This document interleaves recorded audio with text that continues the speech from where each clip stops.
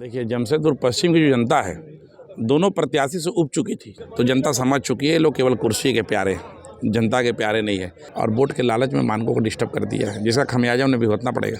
MGM अस्पताल का तो नया बिल्डिंग बन गया, सब कुछ है, लेकिन वहाँ डॉक्टर नहीं है, सुविधा नहीं है, नाम का है, काम का नहीं है। अरे भाई, विद्यालय कब लाएंगे, कॉलेज कब लाएंगे, अस्पताल कब लाएंगे, बच्चों का भविष्य कब लाएंगे, खेलकूद का एकेडमी कब लाएंगे। बन्ना गुप्ता का 5 साल का कमाया दौलत बांट दिया जाए तो गोगो और सामान सब चलते रहेगा। नमस्कार, आप देख रहे हैं मशाल न्यूज़। मैं हूं प्रेम श्रीवास्तव, अपने सहयोगी जसविंदर जी के साथ आज मौजूद हूं जमशेदपुर में। इस वक्त हमारे साथ जमशेदपुर के पश्चिमी से प्रत्याशी विकास सिंह जी हैं, जो निर्दलीय चुनाव लड़ रहे हैं। जी विकास जी, दो पार्टियां हैं, एक तरफ इंडी गठबंधन है, दूसरी तरफ एनडीए अलायंस है।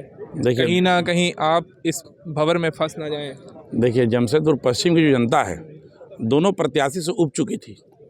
लोग स्वाद बदलना चाहते थे। लोकतंत्र है, राजतंत्र नहीं है।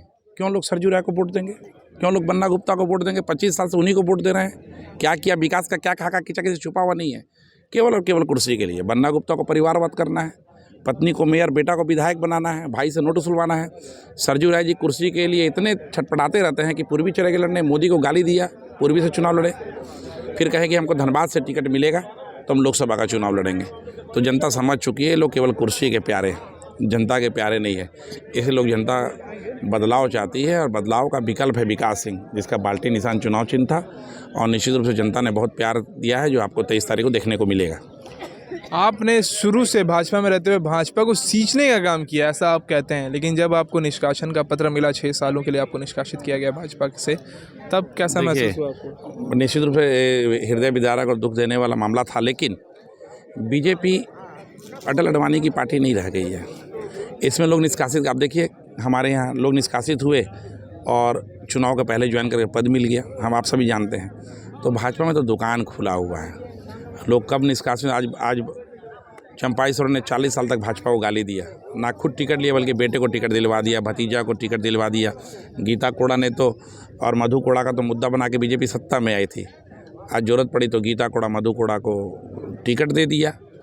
तो कहा जा सकता ना, जो नैतिकता बीजेपी की ख़त्म हो गई है। हमें बीजेपी में कल बुला लिया जाएगा, हम ज़मीन में काम करेंगे तो कल भगा दिया जाएगा। मैंने कोई ऐसा नहीं है कि पत्थर की लकीर है। लोग अपने स्वार्थ की राजनीति करते हैं। लोग अजीत पवार को ज्वाइन कराया मोदी जी ने, ज्योतिरादित्य सिंधिया को ज्वाइन कराया, मंत्रिमंडल में शामिल कराया, तो ये सब चलते रहता है। बीते कल मानगो पुल घंटों जाम रहा, क्या कहना चाहेंगे? देखिए, तो लोगों को काफ़ी असमंजस, केवल बन्ना गुप्ता के कारण मानगो पुल जाम रहा। हम तो कहते हैं फ्लाईओवर निर्माण हो रहा है, जो दिख रहा है।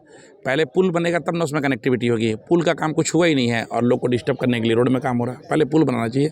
बन्ना गुप्ता अपनी लोकप्रियता और वोट के लालच में मानकों को डिस्टर्ब कर दिया है, जिसका खमियाजा उन्हें भुगतना पड़ेगा। कैसे? वोट से, जनता उन्हें वोट से चोट करेगी।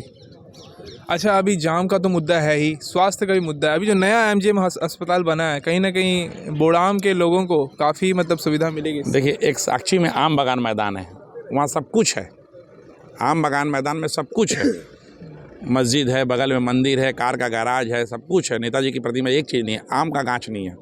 उसी प्रकार एमजीएम अस्पताल का तो नया बिल्डिंग बन गया, सब कुछ है, लेकिन वहाँ डॉक्टर नहीं है, सुविधा नहीं है, नाम का है, काम का नहीं है, केवल नाम का। पहले ये तो सुधर जाए।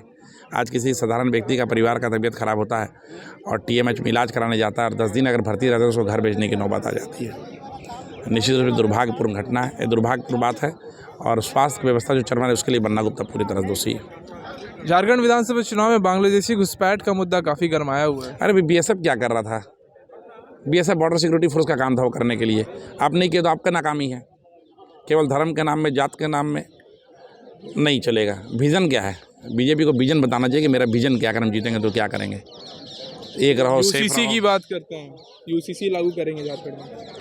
अरे भाई, विद्यालय कब लाएंगे, कॉलेज कब लाएंगे, अस्पताल कब लाएंगे, बच्चों का भविष्य कब लाएंगे, खेलकूद का एकेडमी कब लाएंगे, उसकी बात जो करेगा वो चुनाव में जीतेगा और चुनाव में राज करेगा। 2000 रुपये देने की बात कर रहे हैं कि अगर हम लोग चुनाव जीत कर आते हैं। पहले वहाँ तो दे जहाँ उनकी सरकार है, वहाँ तो 1000 देना। जहाँ उनकी सरकार है वहाँ तो देना चाहिए, जहाँ पूर्व बहुमत में, वहाँ क्यों नहीं दे रहे हैं? गोगो दीदी योजना को किस तरह देख रहे हैं आप? एक चुनावी एजेंडा है। और मैया सम्मान योजना लागू रहेगी? मैया सम्मान योजना जो है वो केवल जो जिसको वृद्धा पेंशन मिलता था, विधवा पेंशन मिलता था, उसका हिस्सा काट के दिया जा रहा है। और हम तो कहते हैं कि बन्ना गुप्ता का 5 साल का कमाया दौलत बांट दिया जाए तो गोगो और सामान सब चलते रहेगा 10 साल तक।